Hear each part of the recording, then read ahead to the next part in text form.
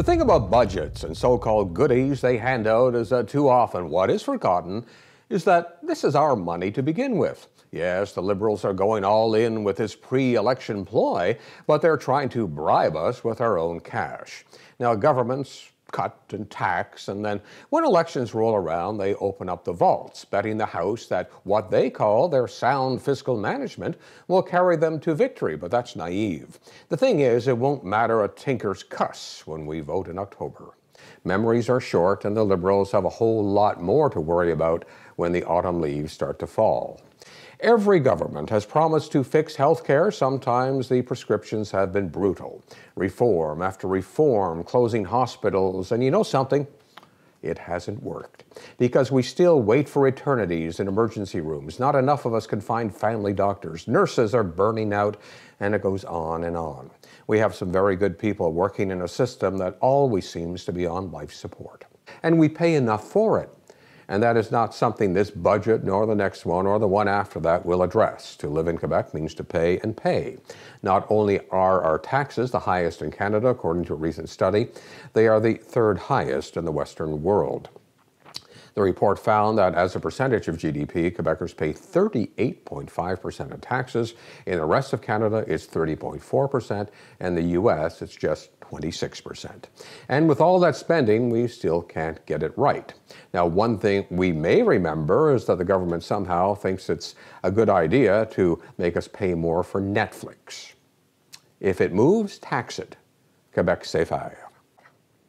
Now, in a move to soothe the Anglos, the government is dishing out almost $25 million over 6 years to help our institutions and to attempt to stop the kids from leaving and find jobs here. Now, let's start by looking at the quality of the individual and not their last name. CAQ leader François Legault says it's marketing more than anything else. Well, he's probably half right. But because for the first time, we are becoming part of the conversation. And sometimes you take your victories where you can find them.